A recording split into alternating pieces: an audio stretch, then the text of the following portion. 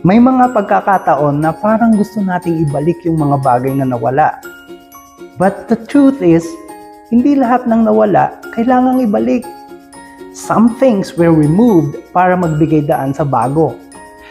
Parang cellphone yan. Kung luma na at mabagal, kahit gaano mo gustong ayusin, hindi na may babalik sa dati. Better to get an upgrade, di ba? Mas mabilis, mas magagamit mo pa sa ngayon. Your new life starts today. Huwag mong sayangin ang oras mo trying to get back what was taken away. Focus ka sa kung ano yung pwedeng buuin ngayon. Kasi minsan, yung loss mo is actually launch mo into something better. So move forward. Trust that there is something new for you. And it might just be the best version yet.